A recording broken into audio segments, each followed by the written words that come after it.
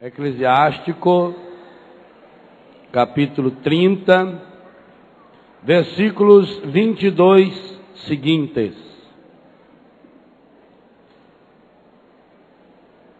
Minha voz está legível?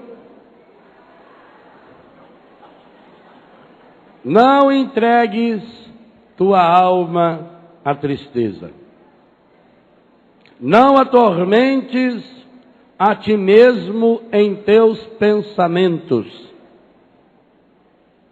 A alegria do coração é a vida do homem e um inesgotável tesouro de santidade.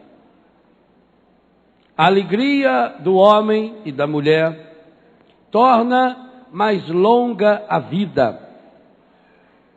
Tem compaixão de tua alma. Torna-te agradável a Deus e sê firme.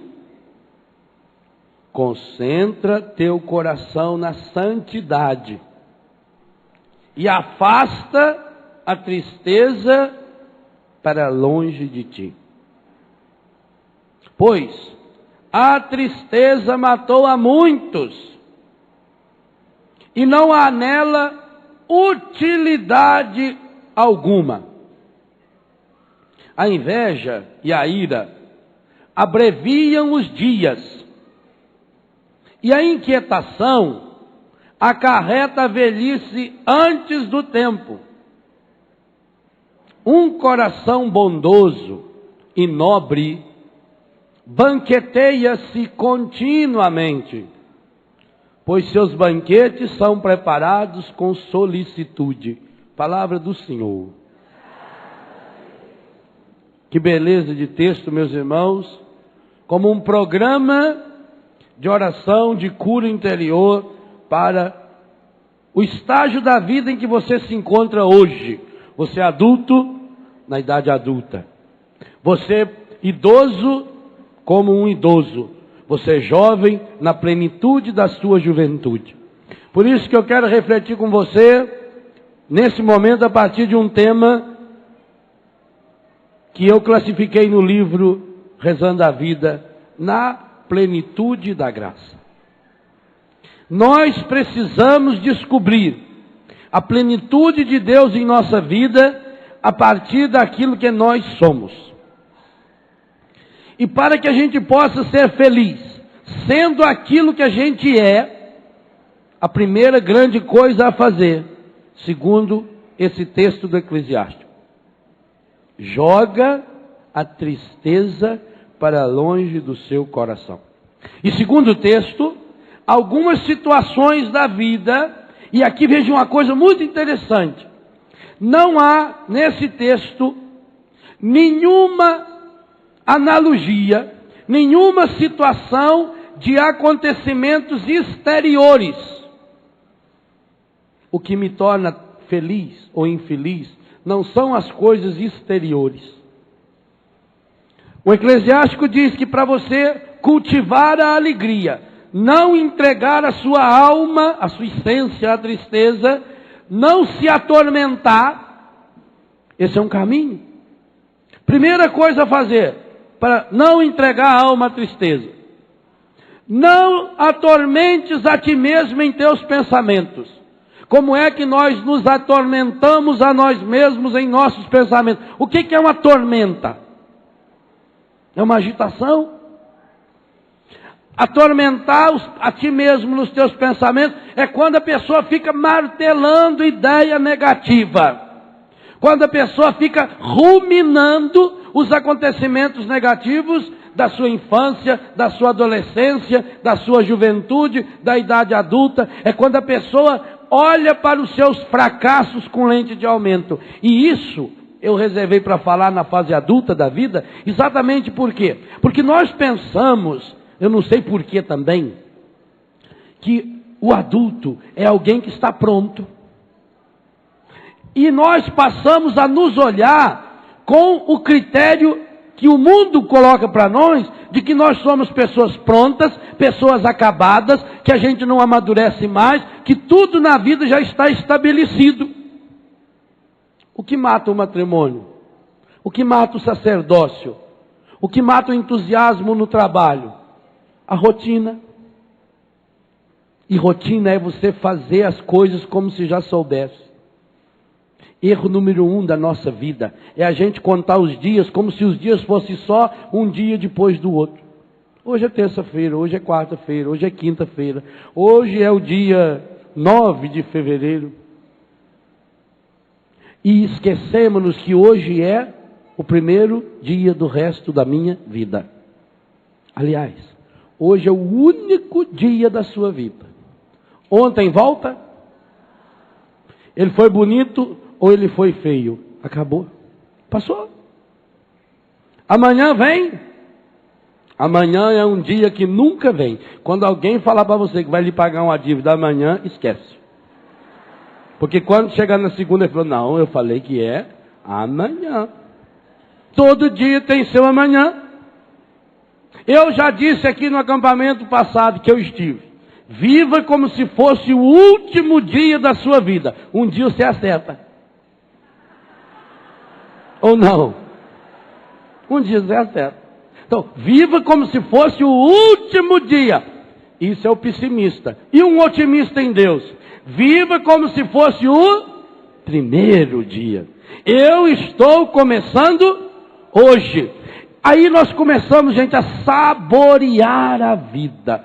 Olha a palavra que o autor do Eclesiástico usou aqui de uma forma espetacular para falar do sabor da vida. A alegria do coração é a vida da pessoa. Um inesgotável tesouro de santidade. Engraçado que as ideias que a gente tem de pessoa santa é que o santo é uma pessoa emburrada. Emburrado não pode ser santo. Emburrado leva vantagem pelo fato de que Jesus tem uma grande dívida de gratidão com os nossos parentes mais próximos. Só por isso. A santidade, 2 vezes o texto vai falar, está relacionada à alegria. A alegria do homem torna mais longa a sua vida, porque ele saboreia essa vida. Tem compaixão da tua alma. Tem dó de você, sua anta. Você precisa ter dó de si mesmo. Tem compaixão da sua alma. Torna-te agradável a Deus. Aliás, isso aqui a gente precisa dizer com muita sinceridade para algumas pessoas. Algumas pessoas são muito desagradáveis. Eu já fiz um estudo, já falei aqui também. 93% dos chatos, quando fala, põe a mão na gente. Eles cutucam a gente. Não tem chato que não cutuque você, pode ver. Ele vai falar com você, ele vem cutucando você. Quer ver aquele que chega por trás e cutuca aqui atrás da gente. Vontade de enfiar a mão na orelha. E pior é quando tem mau hálito. Que puxa na direção da sua cara. Que... É bom que lembra a gente sempre que não devemos querer ir para o inferno. Porque o inferno deve ter esse negócio, esse cheiro também. Então, tem pessoa que é uma pessoa desagradável. Ô padre, ninguém gosta de mim, mas gostar de você para quê? Que utilidade você traz para o mundo, rapaz? Aonde você passa, você deixa um rastro de fofoca, um rastro de pessimismo, um rastro de negativismo. Você é um estraga-prazer, você já venceu o prazo. Tem pessoa que faria um grande favor para si mesmo. Tem compaixão da sua alma. Torna-te uma pessoa agradável a Deus. Nem Deus quer você no céu, porque você vai torrar para a ciência dele. Você tem que descer anti-horário. Você tem que ir para aquele sentido negativo onde você está indo. Então, santidade tem a ver com alegria. E uma alegria que não vem de fora, não é euforia. Euforia é uma alegria baseada em coisas e em pessoas. Triste daquele e daquela que coloca a razão da sua alegria nas coisas de fora. Porque essa pessoa não vai conseguir ser feliz. Ela vai enxergar o quê? A primeira vez que eu fui à Alemanha, eu fiquei encantado com a Alemanha. Foi a primeira vez que eu saí fora do Brasil para a Europa. Fui trabalhar, fiquei uns 20 e poucos dias na Alemanha. Então eu fiz uma viagem de trem da cidade de Bruxal até a cidade de Colônia. Isso deve dar umas 4 horas de trem. E eu ia extasiado. Vocês imaginam um rapazinho lá do Biguá, andando de trem na Alemanha. Era muito chique demais. Eu me sentia a pessoa mais importante do mundo. Estava eu e o padre Sérgio. Aí, depois de 1 hora mais ou menos, me deu uma sede, eu falei para o padre, vou tomar um negócio aí. Ele falou, vai lá no vagão, que é bar. Aí fui. Você vai andando por dentro do trem. Chega aqui, vagão, ele é mais alto. Aquele vidro enorme, assim, aberto, né? Aí eu encostei numa coluna, peguei uma lata verdinha, assim, de cerveja. Uma cerveja muito saborosa. Naquela época eu bebia ainda, né? Agora não bebo mais, graças a Deus. Então peguei aquelas latões de cerveja. Fui saboreando, bebendo devagar. Cerveja alemã, olha o que você quer. Estava tomando em português, mas era alemão. Aí eu encostei na coluna, um ferrinho assim, fiquei olhando, mas era a coisa mais linda. Aquelas paisagens lindas. A estrada do automóvel passa do lado, o rio, aqueles castelos. A Alemanha é um jardim. A Alemanha é um dos países mais belos do mundo. Uma organização. A gente vai extasiado com aquilo. Aí eu notei que na última mesinha assim do vagão, que é um barzinho, não é? Então a última mesa tinha um casal brigando em alemão. O alemão é uma língua muito apropriada para você xingar uma pessoa. Porque o alemão, quando fala, parece que ele está xingando. Até na missa fala, Brotleben. É o pão da vida, mas parece que está xingando a gente, né? Então, a língua alemã já ajuda você, porque você vai lá, você está falando com raiva, já ajudando a pessoa. Diferente do francês. O francês, você xinga a pessoa, ela pensa que você elogiou ela. Porque fala um biquinho, você fala, merci, você fala, merci, au revoir, né? Ele está xingando, você está falando que você é uma anta, merci beaucoup. Se não é padre, vamos lá. O alemão não. Aí eles estavam brigando em alemão. E briga em alemão pior ainda. Schweinerei é o mínimo que fala um para o outro. Schweinerei, porcaria. Eu também não vou ficar ensinando palavrão em alemão a vocês. Tem mais coisa para aprender aqui. Aí, eles brincando, tá. Eu voltei lá pro vagão. E comentei com o padre Sérgio.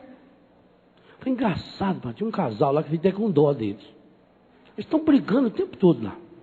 E notei uma coisa. A cortina do lado da mesinha deles, fechada. Tá. 1h30, 2 horas depois, voltei. Eles continuavam brigando. Então eu pensei na minha cabeça naquela hora. Imagine a hora que chegasse na estação ferroviária de Colônia. E aquele casal estivesse também fazendo como eu, pela primeira vez a viagem de trem de Bruxal até Colônia. Imagina se tivesse lá um repórter e perguntasse, Padre Léo, como é para o senhor a viagem de trem de Bruxal até Colônia? Eu ficaria 1 hora falando das belezas que eu vi, das cidades lindas. Passamos em Frankfurt, passamos em Mainz, passamos lá pertinho de Schoenstatt. Você ia lendo, ler nome alemão é bonito, né? Aqueles nomes imensos assim, olhando aquelas palavras assim que tem 25 letras, uma vogal, o resto é tudo consoante. Você tenta ler aquilo aqui, parece que você está lendo em língua, é uma coisa bonita, né? Então eu ficaria meia hora, 1 hora falando. E se perguntasse para aquele casal? Não notei nada. Você notou alguma coisa? Não notei nada. Não. Mas por quê? Porque é feio o país? Que a viagem é feia? Não. Porque eles fizeram uma opção. Eles fecharam a cortina e eles ficaram olhando um para o defeito do outro. É exatamente essa imagem que eu tenho da viagem da vida. O meu irmão, minha irmã, a vida é uma viagem que você faz uma vez só. Hebreus 9, 27. Uma vez só essa viagem e depois acabou. Morreu. Viva bem. Aproveite para saborear a vida. Aproveite para ver o lado bonito das coisas, das pessoas, para vibrar com você. Para olhar para as situações difíceis como fonte de amadurecimento, como fonte de crescimento. Mas se você pinta o seu coração com essa sujeira que está aí, o mundo não presta? Será que é o mundo que está estragado? O meu coração está estragado. Gente, para mim a coisa mais profunda que está nesse texto do Eclesiástico é exatamente isso. A tristeza ou a alegria não está baseada em situações exteriores, está baseada numa decisão, numa atitude. Eu, porque tenho Deus, porque o Senhor está em mim, o Senhor age em minha vida, eu quero ter meu coração voltado para o alto. É meu dever e é minha salvação louvar o Senhor em todas as circunstâncias, inclusive aquelas situações difíceis. Agora, se nós colocamos uma máscara, por quê? Porque eu sou adulto. Porque a sociedade exige isso de mim. Você já é homem, você já é mulher, você já tem que assumir isso. Aí a pessoa vai viver estressada. A palavra estresse aparece aqui, não aparece? Versículo 26. A inveja e a ira abreviam os dias, e a inquietação, o estresse, acarreta a velhice antes do tempo. Tem alguns aí que estão muito inquietos. Que está ficando esculhambado, meu filho. Você não deve olhar muito para maracujá. Porque diz que se a gente fica olhando para uma coisa, vai ficando parecido. Tem gente que está ficando parecido com maracujá. Que ele está murchando. Enquanto não reencontrar essa alegria interior. Agora, aqui o versículo 26 diz que tem duas coisas que você tem que jogar fora do coração, se você quer viver a alegria de Deus. Primeira coisa que você tem que jogar fora do coração é inveja. E o que é inveja? Inveja é eu inquietar o meu coração a partir das coisas que as pessoas têm ou deixam de ter, faz ou deixam de fazer. Inveja é você viver se colocando no lugar do outro. E ira é trazer o outro para viver dentro de mim.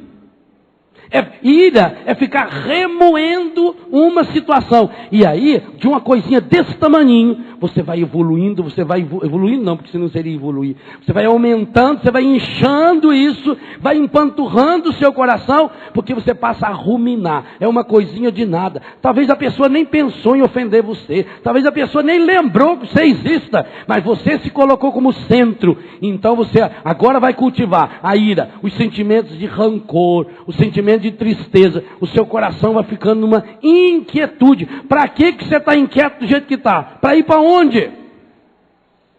Meu Deus do céu. A vida moderna trouxe tantas facilidades. E no entanto, o que as pessoas estão fazendo com o tempo que sobra? Estão aproveitando para ser mais infeliz. E estão encontrando justificativas para a infelicidade. Tenha compaixão da sua alma.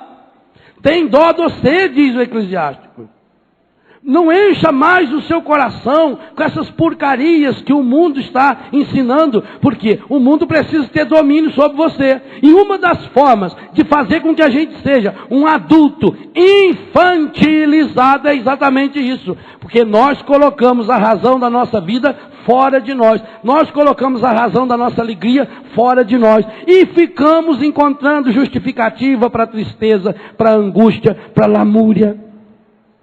De um probleminha, a pessoa cria um problema enorme. E com um detalhe: quem não tem problema, cria. Já observou isso? Eu gosto de encontrar pessoas que têm problema sério para resolver.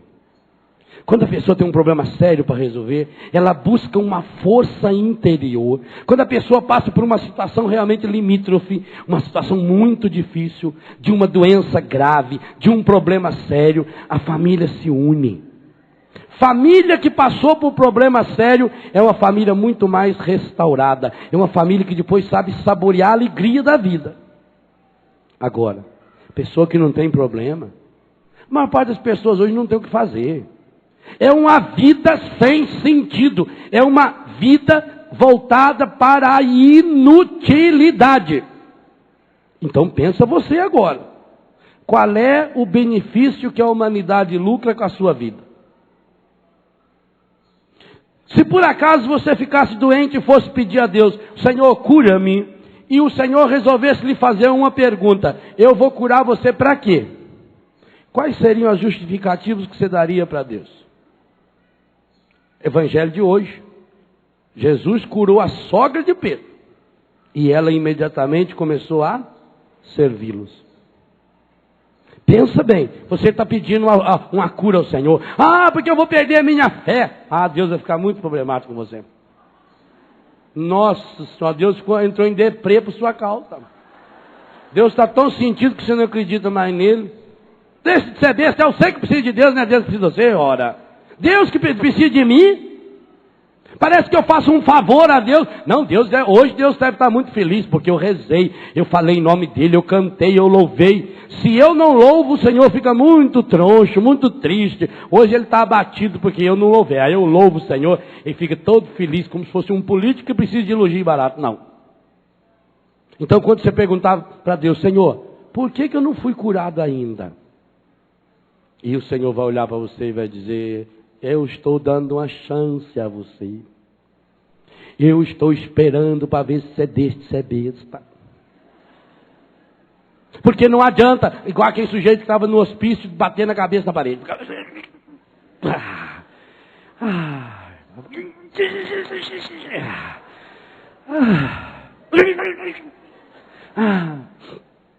Para que você está dando cabeçada na parede? É tão gostoso a hora que para. Então não dê cabeçada na parede. Você não nasceu para ficar dando cabeçada na parede. Ah, padre, por que será que Deus não atendeu a minha oração? Para quê? Que benefício você trouxe para a sua comunidade com o dom da sua vida? Ou a sua vida é você no centro, só pensa em si mesmo, só pensa nos seus próprios interesses, só pensa nos seus próprios problemas, procura Deus quando está no desespero. E aí, ontem à noite a gente viu algumas coisinhas bem simples disso. Aí, na hora que a coisa aperta, você vai no primeiro lugar que mandava você ir. Quantos aí que se dizem católicos e depois de adulto? Porque esse é um pecado típico do adulto. Não é da infantilidade, não. Então se diz católico, mas na hora do problema, vai lá no centro espírita. Vai entrar no ano, vai lá consagrar o seu ano para manjar. E dá não sei quantos pulinhos na água lá. Pendura os cordões não sei do que. Lê horóscopo, vai se misturando. E o demônio está amarrando você. A hora que ele te prendeu, você vai ver, meu filho. Deita você para você mugir, feito uma mula velha no chão. E ele não solta mais, porque é isso que ele quer. Nós católicos temos que tomar uma atitude, gente. E uma atitude muito séria. Porque esse é o pecado número 1 que os adultos fazem contra Deus. Que lugar Deus ocupa em nossa vida? Olha a história do povo de Deus. Cada vez que o povo de Deus se afasta de Deus, tudo vai mal em sua vida. Essa é uma constante do Gênesis até o Apocalipse.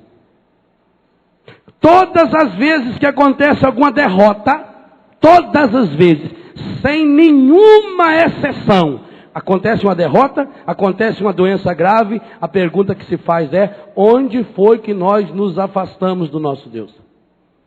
E aí, a Bíblia tem umas soluções drásticas. A gente, quando lê a primeira vez, até se assusta. Quando o povo de Deus vai muito mal, Deus chama o profeta e diz, descubra no meio do povo quem é que está com um ídolo falso. E quem tiver, mata ele e a família toda. Isso não é uma vez só na Bíblia. Vários casos. E aí a gente pode pensar, meu Deus, mas que absurdo. Onde está o amor? Eu só penso no amor quando é a meu favor. Mas Jesus deixou bem claro, eu vou usar com você a medida que você usa com o seu irmão. A mesma medida.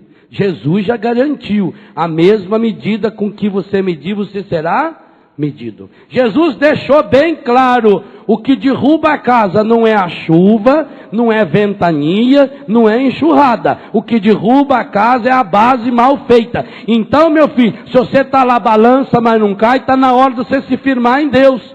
Isso significa ser adulto. Adulto não é alguém que está pronto. Adulto é alguém que sabe aonde fixar a sua história, que sabe aonde fixar a sua vida, que sabe que sem Deus não consegue absolutamente nada.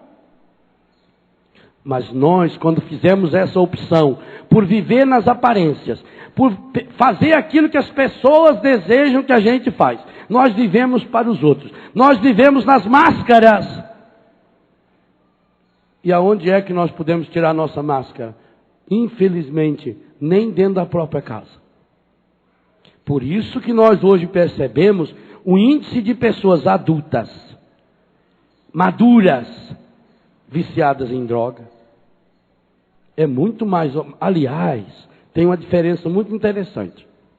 Talvez o número de jovens que se viciam em drogas seja maior do que o grupo de adultos que se vicia, se você olhar objetivamente falando, números isolados.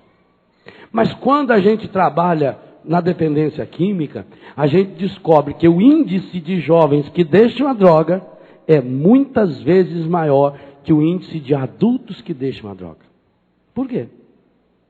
Porque o adulto não consegue reconhecer a sua fraqueza.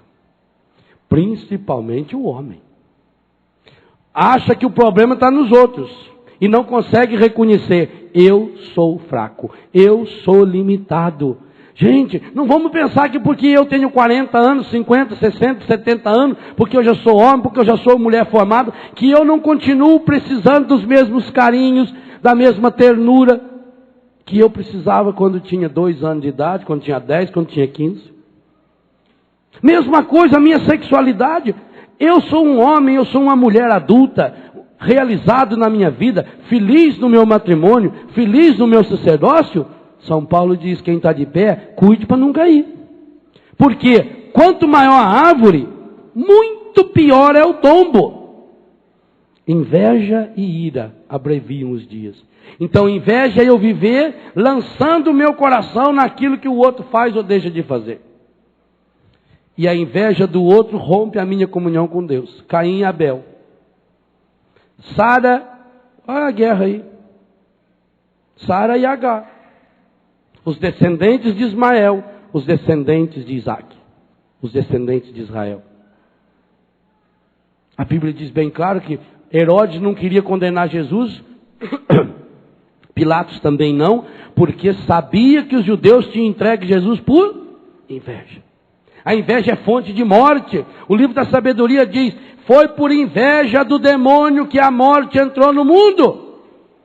Então eu não posso cultivar dentro de mim a inveja. E o que desperta a inveja? Eu ficar me comparando com o outro.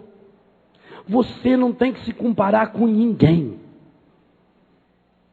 Se você quiser se comparar com alguém, o único referencial que o católico pode comparar, eu citei o texto aquela hora e agora eu leio, Romanos 8, 29. Única pessoa que o cristão pode se comparar. Os predestinou para serem conformes à imagem do seu Filho Jesus. Se você quer se comparar com alguém, a única pessoa com a qual você pode se comparar, em toda e qualquer circunstância, você pode se comparar com Jesus Cristo e mais com ninguém. E comparar-se com Jesus como aquele que deu a sua vida por mim e por você. Mas se nós vivemos nos comparando com a pessoa, meu Deus do céu. Primeiro que você não tem um grau de comparação. Como é que eu vou eleger o melhor cantor? Se a música é diferente, se o tom de voz é diferente, o estilo de música é diferente. Como é que eu vou escolher o melhor pintor? Como é que eu posso comparar, por exemplo, Michelangelo com Renoir? Renoir não sei nem quem que é. nem nunca ouvi falar nele, né? Como é que eu vou comparar? Eu não conheço. Agora, você vai num grupo de pessoas, eles ficam olhando para aqui e falam, que coisa linda, né? Que espetáculo, olha que beleza.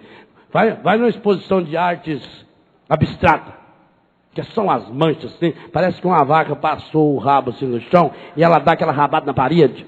Você olha, nossa, olha que coisa abstrata, a luz que vem dessa pintura, parece que emana daí uma força, que coisa linda.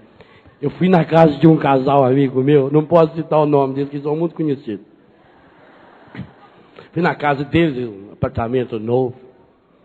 Olha que coisa linda. Olha a sala como ficou bonita. Olha esse quadro. Eu fiquei olhando para o quadro. Não é lindo? Aí a mulher foi lá dentro ver um negócio e falei para o marido, escuta, a assinatura do autor não está errada, não. Estava de ponta cabeça. Olha que obra de arte mais linda. Aquilo de ponta cabeça eles não tinham descobrido. A assinatura dele está de baixo para cima aqui. Aí viramos, olha, muito mais bonito. Eu tenho tanto dó de gente boba. Tomara que eles estejam assistindo, eles vão me brigar muito comigo. Mas eu não estou falando o nome deles, tá bom? Estou falando, não estou. Pensa bem, um quadro de ponta. E se chegasse uma outra pessoa que não fosse tão caridosa feito eu, hein? Ia ser capaz de sair falando deles por aí afora, né? Eu não citei o nome. Ai, que obra de arte mais linda! Gente. Eu tenho dó de gente boba. Dó demais. Porque eu vi aquela Gisele desfilar com aquela calça. Eu acho que se eu vestir a calça eu fico bonito igual ela. Oh, meu Deus do céu. Quem é feio, conforma-se. Mas não tente se comparar que vai ficar mais feia ainda, mais desajeitada ainda. Quem não sabe usar maquiagem não usa, porque é medonho.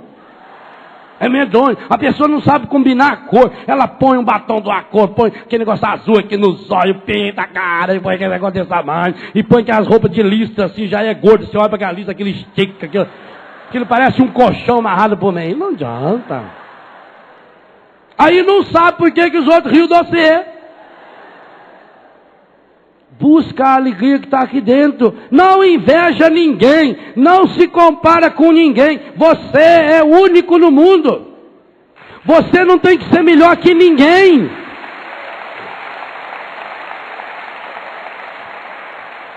Volta o que nós falamos na primeira pregação desse acampamento. A ciência diz que você é único.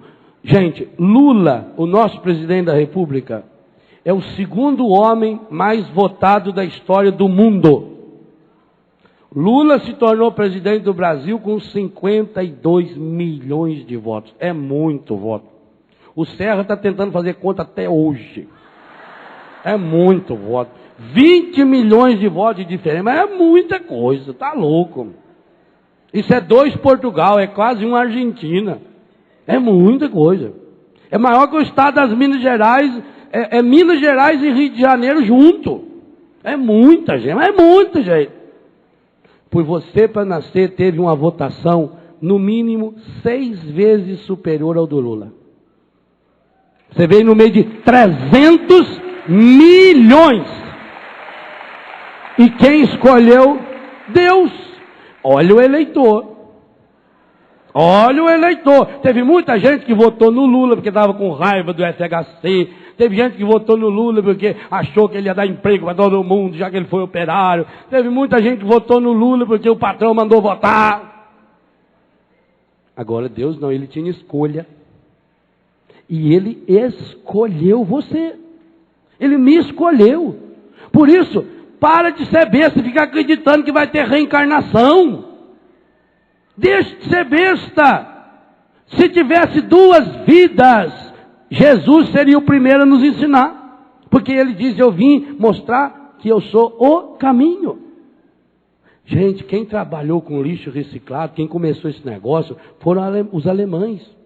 Deus não trabalha com lixo reciclado. Ele não vai aproveitar um espírito velho em alma, uma alma velha num corpo novo, não. A sua vida é única. Você não vai voltar, não. Não adianta ficar querendo fazer evocação dos mortos. Eu estou falando isso e isso é uma coisa muito séria. E nós estamos vendo dentro da igreja as complicações que isso tem dado. Porque hoje você encontra até padre, não sei bem se é padre, que é capaz de aconselhar você a ir lá num centro espírita para ver se manda para você uma carta psicografada. A maior prova de que a carta psicografada é falsa é que o morto não sabe o endereço da própria casa para mandar a carta. Ele precisa mandar lá não sei aonde. Pensa bem, em vida nunca escreveu um bilhetinho para a pessoa. Nunca deixou escrito nem no guardanapo, eu amo você. Marido e mulher que nunca passou um e-mail, nem um inteiro para o outro. Aí depois que morre, fica desesperado. Viva direito, a sua vida é única. Eu, como adulto, tenho que assumir, minha vida é única. Deus me escolheu. Eu tenho uma responsabilidade, tenho que pensar nela. Então volta a pergunta, por que Deus não curou você? Eu já vi tanta gente ser curada, por que eu não sou curado? Porque Deus não vai perder mais tempo com você. Deus já está vencendo o prazo, Ele está começando a se irritar com você. Ah, mas Deus é misericordioso. É, então dá uma olhada na Bíblia, com quanto que Ele se irritou. Moisés, o grande modelo de homem bíblico, não entrou na terra prometida. Ah, a justiça de Deus é dureza também. Jesus amava profundamente Judas. Judas tinha um carinho especial de Jesus. Judas era um homem de confiança. Judas era o braço direito de Jesus no setor econômico. Judas cuidava das contribuições do grupo. E no entanto, Jesus tentou salvá-lo. Antes dele tomar a decisão de negar Jesus, de trair Jesus, Jesus tentou salvá-lo. Jesus falou diretamente com ele, e ainda com uma delicadeza tão grande que os demais apóstolos nem perceberam que Jesus estava chamando a atenção dele. Mas quando Judas decidiu, Jesus falou: o que você tem que fazer, faz logo. E depois que ele fez, gente, não adiantou nada a lamúria. Sabe que é uma coisa que me impressionou muito no Evangelho? É que se você olhar do ponto de vista jurídico, a confissão de Judas é a mais perfeita confissão que você tem na Bíblia. Judas se arrependeu do que fez. Judas confessou publicamente o erro dele. Judas devolveu tudo que ele tinha ganho com o pecado e ainda assim cometeu suicídio. E diz São Pedro que o corpo dele se espatifou de sangue num vale lá chamado Vale da Morte. Por quê? Porque nós muitas e muitas vezes estamos brincando com Deus e com as coisas de Deus. Então você vai lá na igreja, você estica a sua língua lá, recebe a Santa Comunhão, põe uma camiseta com Nossa Senhora que vai até no pé, põe um escapular desse tamanho, enrola terço para não sei quantos lados. E na hora do primeiro desespero vai para onde? Vai para o centro espírita, vai para o Pai de Santo, vai fazer reiki, vai mandar pôr a mão na cabeça lá para fazer na cabeça, dá choque de uma vez, mas dá um choque de uns 350 mil volts na pessoa, que resolve o problema dela. Eu vou praticar acupuntura também lá em Betânia, pode ir lá, mas eu vou fazer com bambu, que eu quero estrepar a pessoa. Você deixa de ser sem vergonha, assume sua fé. Ah, o que tem, padre? Todas as religiões são iguais. Jesus diz: eu sou o caminho. O dos grandes pecados que o adulto comete, e que é fonte de tristeza, que é fonte de sofrimento, é essa contaminação maligna. Ah, porque meu avô era, meu pai era, meu tio era. A Bíblia deixa bem claro que o seu pai, ou sua mãe, ou você não vai fazer a sua salvação. Você não chega no céu sozinho, mas não é o outro que leva você para lá. Você tem que com o outro ir. Por isso que eu não tenho que me comparar com ninguém. Por isso eu tenho que me unir ao outro. Eu tenho que ser melhor, não do que o outro, melhor para o outro, para que junto a gente construa o reino de Deus em nossa vida. Mas é preciso a gente começar a levar a sério isso. Nós estamos vendo, gente, as consequências dessas contaminaçõezinhas religiosas, que começam com esses pantuás que se vende por aí, que começa acendendo esses incensos que você encontra, se você quiser um dia incenso para queimar na sua casa, que seja um incenso sagrado, a não ser em livraria religiosa católica, que se vende um incenso em pedrinha, apropriado para adoração ao Santíssimo, e a igreja não usa, a não ser em situações solenes. Fora disso, qualquer incenso que você está queimando não é para Deus. E o espírito que ele está mandando embora de lá é exato. O primeiro espírito que vai embora com aquele incenso é o Espírito Santo de você. E você é templo do Espírito Santo. Você tem que começar a pensar nisso. Você tem que começar a pensar que essas invocações aí de fadas não sei do que, de anjos cabalísticos, de gnomos e mais não sei das quantas, que isso está levando o nosso povo à miséria, porque nós sabemos os malefícios que provoca na vida quando se brinca com Deus. Será possível que Deus estava brincando com Moisés?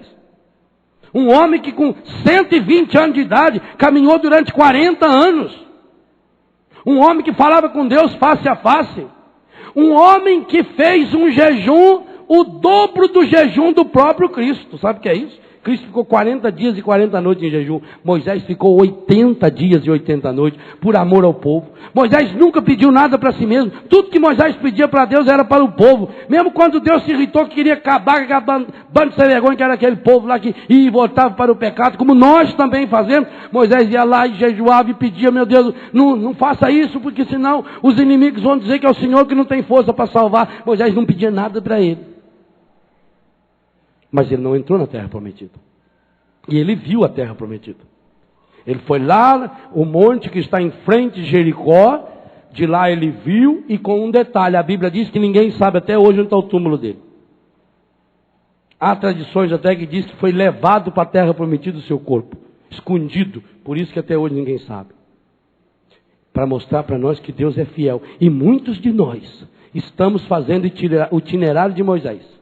Muitos de nós estamos vendo a terra prometida. Você vem num acampamento desse, você vê a terra prometida. Você vê a libertação que Deus faz na vida das pessoas. Você vê jovens sendo restaurados. Nós estamos, graças a Deus, não estamos cansados, porque isso não cansa nunca. Mas nós já estamos acostumados a ver jovens libertos. Gente com cura espiritual profunda. Gente que era viciado no cigarro, viciado na bebida, viciado em drogas, viciado em pornografia, em prostituição. Gente que era viciado no roubo. Gente viciado no jogo.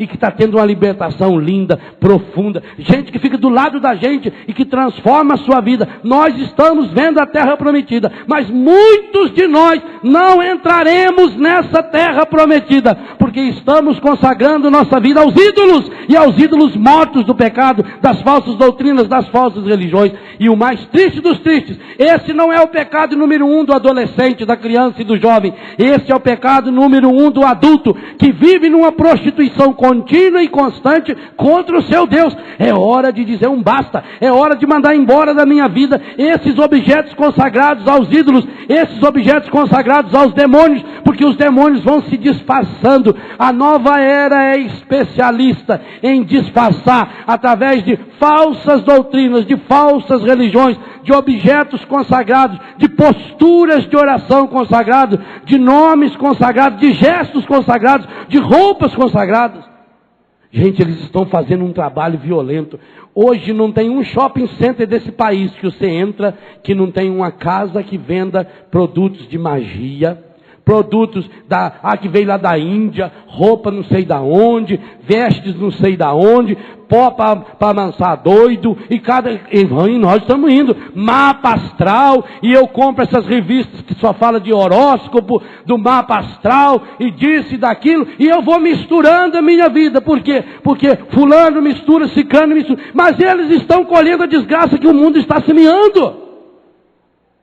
É triste pensar que quantos de nós, como Moisés, estamos chegando tão perto da terra prometida, estão enxergando ali do outro lado da terra prometida. Eu estou vendo a libertação que Deus está fazendo na vida da pessoa do meu lado, mas não estou recebendo a bênção.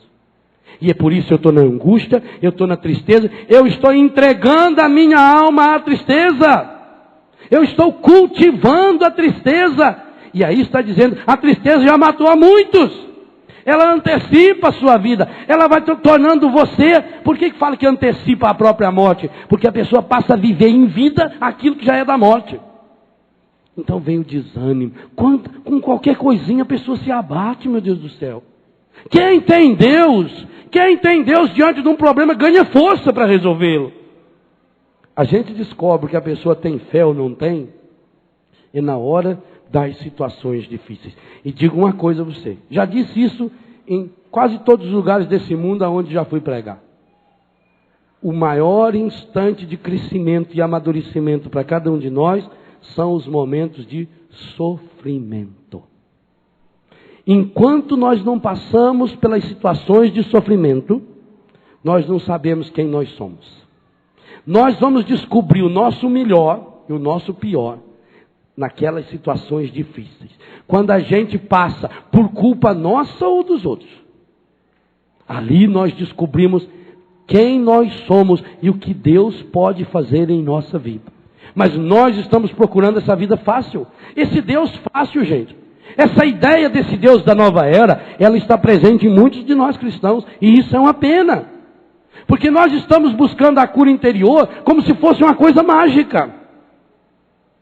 Ora, para não alimentar a ira e para não alimentar a inveja. Ira é trazer o outro para dentro de mim. Inveja é eu ficar olhando e mirando minhas emoções e meus sentimentos no sucesso ou nas coisas boas, materiais, ou no sucesso profissional que o outro tem. O único jeito de vencer esse mal é usar o remédio que Jesus Cristo nos deu. E que eu já salientava para isso na reflexão anterior. Se Jesus deixou garantido para nós, onde 2 ou 3 estiverem reunidos em meu nome, eu estarei no meio deles. E nós sabemos que aonde Jesus Cristo chega, e vamos repetir isso na missa hoje, aonde Jesus Cristo chega, desaparece aquilo que não pertence a Ele. Aqui está um novo desafio que cada um de vocês podem fazer. Não preciso ter estudo para isso, não preciso saber ler a Bíblia para isso, não preciso ter estudado na escola Paulo Apóstolo, não preciso ter feito aprofundamento, não preciso ter feito teologia. A única coisa que precisa é que 2 ou 3, no mínimo, 4 ou 5, no máximo, de vocês queiram ter a coragem de se reunir para rezar um pela cura interior do outro. E como é que isso vai acontecer? Então você combine com 3, 4 pessoas da sua convivência, que tem um horário possível de se conciliar. Por exemplo, as senhoras donas de casa. Hoje em dia, há horários na agenda semanal da senhora que é completamente livre. Já fez o almoço, não é dia de lavar roupa, não é dia de ir na costureira, não é dia de ir no cabeleireiro, não é dia de cortar a unha, não é dia de pintar os olhos. Você tem lá um tempo sobrando. O que faz com aquele tempo sobrando? Alguns saem para bater perna. Eu estou com tanto problema que eu vou dar uma volta, eu vou no shopping. Aí chego no shopping, eu pego e faço umas compras. Aí eu não tenho dinheiro para pagar, mas eu comprei aquilo que era fiado. Agora eu estou com mais problema ainda, porque eu tenho que pagar aquilo que eu comprei. Então você acha um horário, daquele na sua agenda, a sua atribulada agenda, porque é impressionante. A gente só encontra gente atribulada, gente correndo. Estou atrasado, estou atrasado para quê? Não sei para quê. Vai ter a eternidade inteira para ficar sossegado lá, no anti-horário. Sossegado. Lá você vai ter agitação à vontade. Você gosta de agitação? Olha o lugar certo seu, é o anti-horário. Vai lá. Então você acha o horário semanal, uma vez por semana. Segunda-feira, 3 horas da tarde. 3 horas da tarde não, quem tem a missa aqui é bom assistir. Então faz 5 horas da tarde. Terça-feira, 9 da manhã. Você levou as crianças na escola, não está na hora de fazer almoço ainda, do seu prédio. E o que nós vamos fazer, padre? Nós vamos rezar. Mas rezar a partir do quê? Da Bíblia? Não. Da Bíblia você vai no círculo bíblico, você pode fazer escola bíblica, você assiste o excelente Escola da Fé aqui na Canção Nova com o professor Felipe, ou a Bíblia do meu dia a dia com o Laércio. Aí você faz o estudo bíblico. Ali é para você rezar a sua vida. Esse é o segredo. O que eu faço para rezar a minha vida? Eu conto o que eu estou vivendo. E aí, comadre, como é que você está? Veja, quantos já se reúnem, só que ao invés de rezar a vida, se reúnem para falar da vida alheia. A profissão número 1 hoje é a pessoa poliglota. É a pessoa que sabe falar vários idiomas para poder falar mal da vida dos outros em línguas diferentes. Tem gente que estuda língua só para isso. Então, ao invés de você se reunir com a sua comadre, com a sua prima, com o seu tio, com o seu filho, com o seu marido, com o seu vizinho, para falar da vida alheia, para falar do fulano que largou do ciclano, para falar daquela moça que largou do marido, para falar não sei do que, para falar do filho da vizinha que está usando droga, que é um maconheiro safado sem vergonha, você vai se reunir para falar da sua vida. Como é que você está vivendo hoje? Hoje eu não estou muito legal. Agora, não pense que é marcar um grupo, 4 ou 5 pessoas que eu conheço. Primeiro dia que eu chegar lá, eu já sento e digo, bem, meus irmãos, nós vamos começar, então vamos começar comigo. Eu quero que vocês rezem comigo, que eu tenho muito problema com meu marido, muito problema com... Não. Confiança leva tempo. As primeiras reuniões de oração, de cura interior, serão reuniões superficiais até. Primeiro porque você não sabe se aquela pessoa que começou vai continuar.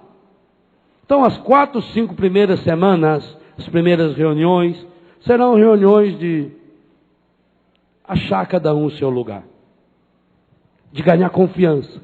E depois, começa com as realidades mais exteriores da minha vida. Por que eu não estou bem hoje?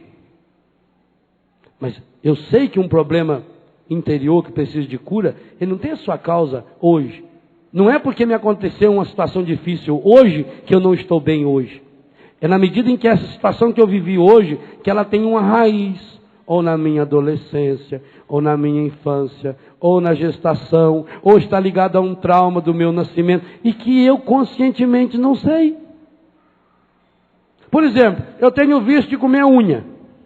Eu não sei. O meu problema não é comer unha. O problema é quem sabe que quando eu estava lá na barriga da minha mãe, estava lá chupando o meu dedo, a minha mãe levou um soco e eu levei um trauma com aquilo e fixou. Então, leva-se tempo, porque aí é o Espírito Santo. Porque veja bem, quem estará rezando por mim? O João, o José, o Joaquim, a Maria e o Antônio? Não, tem um terceiro elemento, mesmo se eu for só em 2. Tem um quarto elemento se eu for em 3. Tem um quinto elemento se eu for em 4. Ele deu uma certeza para nós. Quando 2 ou 3 se reunirem em meu nome, eu estarei no meio deles. Aí vem a importância de textos como esse que Deus me deu a graça de escrever, o Rezando a Vida, como a oração, a cura do eu interior, o excelente livrinho da Loyola, ou como alguns dos livros do Padre Alírio, e outros livros de cura interior que você conhece. Aí vem a importância, por exemplo, Dom Cipriano Chagas tem um livrinho fininho, pequenininho, A Cura Interior. É um bom roteiro, bem pequenininho, é um livro que você lê em 15 minutos. É um roteiro excelente. Eu sei que a coleção Paulo Apóstolo da Renovação Carismática tem 2 ou 3 livros sobre cura interior. E principalmente esses que trazem roteiros de cura interior, áreas da nossa vida. O padre Alberto Gambarini tem um excelente livro de cura interior, as emoções feridas, uma coisa assim, curar as emoções feridas, curar as emoções machucadas. Ou se não, você adquire fitas. E graças a Deus tem um monte hoje, a Canção Nova produz, mas nós temos outros lugares que produz fitas, a associação produz fitas, gente que faz cura interior. A Gabriela de São Paulo tem lindas orações de cura interior. Então eu compro uma fita daquela nas primeiras reuniões, o grupo se reúne, se não tem dinheiro faz uma vaquinha, compra lá um toca-fita, 150 contos você compra um daquele. E aí, para não gastar a eletricidade dos outros, cada um compra uma pilha, hoje você leva a pilha, na outra semana o outro leva a pilha, pronto, já... Faz uma vaquinha ali. Escuta aquela fita. Em 1 hora você escuta a fita. E depois faz uma oração. Então começa invocando o Espírito Santo. Rezando as orações tradicionais que você conhece. Reza um Pai Nosso. Reza uma Ave Maria. Peça sempre a presença de Nossa Senhora. O Santo Anjo do Senhor. Rezamos. Fazemos uns 5 minutos de aquecimento em oração. Se o grupo já tem uma caminhada, faz uma oração em línguas. Depois, ore pelo da direita, ore pelo da esquerda. Se tem tempo, coloque uma cadeira. Por exemplo, lá em Betânia, onde eu moro, que nós pregamos retiros a cada 15 dias, e sempre retiro de cura interior, nós temos os quiosques à beira do lago. Então nós fizemos 7 quiosques de um lado e 3 do outro. Então são os quiosquezinhos que cabem lá 10 ou 12 pessoas. Todos os quiosques têm uma banquetinha no centro. Para quê? Para durante a oração colocar a pessoa sentada e os demais fazem imposição de mãos, reza pela pessoa. Então nós vamos fazer isso no grupo. Com o tempo, depois de 1 mês ou 2, o grupo adquiriu confiança. Um já está confiando no outro.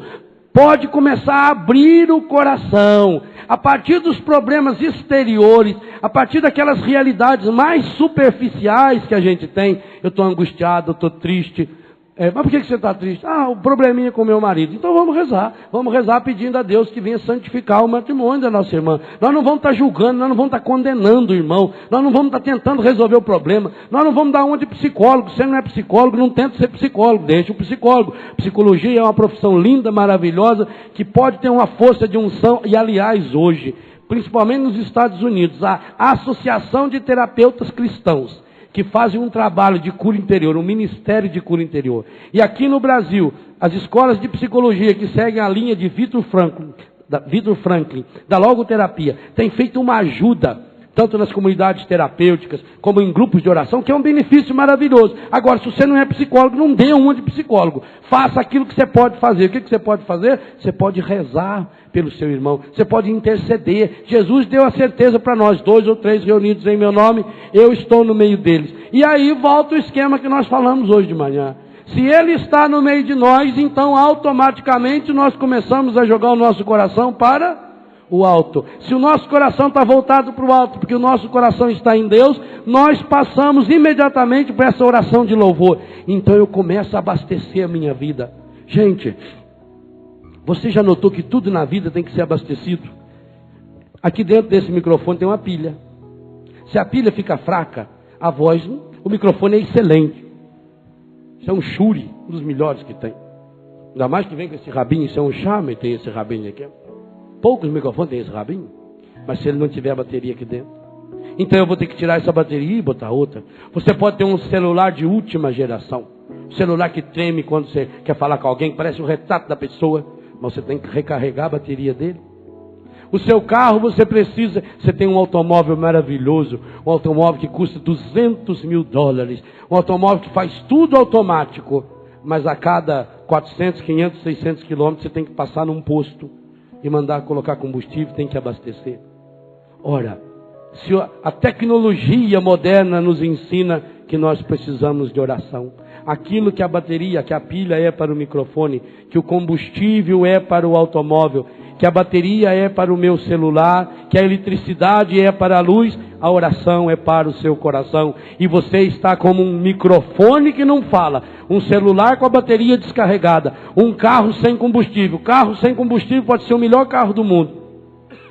Só anda se for morro abaixo, empurrado ou carregado. É assim que muitas e muitas pessoas estão andando. Só morro abaixo, só empurrado, só carregado. Porque não estão parando para abastecer. Eu estou propondo a você nesse acampamento. Reze a sua vida. Transforme a sua vida em oração. Faça oração na sua vida. Reúna 2 ou 3 ou 4 no máximo 5 pessoas. E comece toda semana, 1 hora e meia de oração. E você vai ver as maravilhas que começarão a acontecer na sua vida. Porque na medida em que nós abastecemos o nosso coração com as coisas de Deus, nós vamos mandando embora do nosso coração a tristeza, a angústia, a depressão, a amargura. E você vai ganhando força. E aquilo vai se tornando um referencial. Eu vou falar alguma coisa sobre isso na missa hoje à tarde. Vai se tornando um referencial para nós. A nossa vida vai sendo marcada. Então, aquela semana de oração, ela me impulsiona, ela me dá força para vencer mais uma semana. E quando no meio daquela semana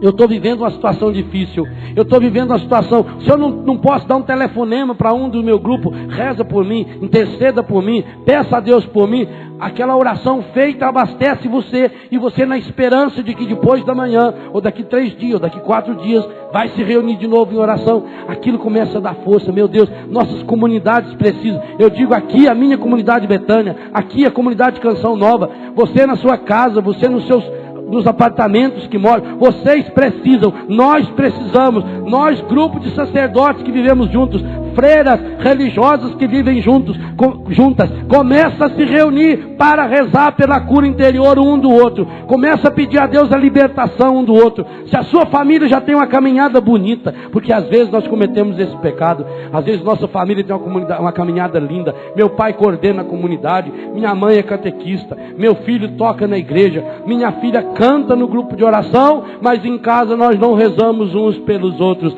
nós damos para os outros, nós somos como um garçom que vai na festa, serve todo mundo, mas não come, não abastece o seu coração, e isso vai fazendo com que depois a gente cai. Como é comum você encontrar, padre, esse meu filho inclusive, ele já foi da carismática, esse meu filho já cantava na igreja, e eu não sei porquê, padre, ele começou a perder a fé, ele começou a perder o entusiasmo, talvez porque nós tenhamos cometido esse pecado. E meus irmãos, sabe o que é terrível? O demônio não quer que 2 ou 3 ou 4 se reúnem em oração, porque enquanto a gente continua dividido, cada um para si, Deus para ninguém, então nós vamos continuar abastecendo o nosso coração nas falsas doutrinas, na macumba, no espiritismo, na invocação dos mortos, acendendo a vela para o Buda, acendendo isso, acendendo aquilo. Pois eu digo a você hoje, tome posse da graça de Deus na sua vida e comece a fazer isso agora. Comece a rezar a sua vida. Diga para Deus exatamente aquilo que você está sentindo agora.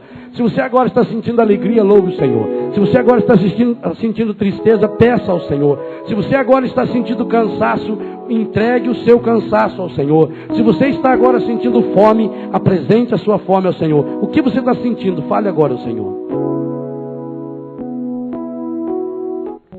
Pelo jeito não estão sentindo nada. Fale ao Senhor. Pai Santo, Pai querido, Pai amado, eu louvo, bendigo e glorifico o Teu nome, por essa rica manhã que o Senhor nos dá. Nós Te louvamos e bendizemos porque a Tua palavra hoje, nos 2 textos apresentados para a nossa juventude e para a nossa idade adulta, nos apresenta a necessidade da alegria como fonte da vida. Há no coração e na vida de muitos desses meus irmãos e dessas minhas irmãs, Pai Santo, Pai querido, Pai amado, uma profunda tristeza e angústia pelas situações difíceis pelas quais passou na vida. Muitos e muitas desses irmãos e dessas irmãs, Pai Santo, ainda hoje vivem a angústia e a tristeza das derrotas, porque perderam o amor, porque perderam o emprego, porque estão acostumados a falar de sua vida a partir de suas perdas. Hoje eu quero colocar, Senhor, o coração desse meu irmão, ferido e machucado na Tua presença, e é o que eu desejo honesta e sinceramente fazer nessa tarde, Senhor, junto com o Teu Filho Jesus na Eucaristia. É colocar a vida desse meu irmão, a vida dessa minha irmã, é colocar essas perdas sofridas, vividas, vivenciadas, é colocar esse coração ferido e machucado, suplicando que a Tua graça, que eu sei é muito, muito maior. Eu não me acostumei nas terras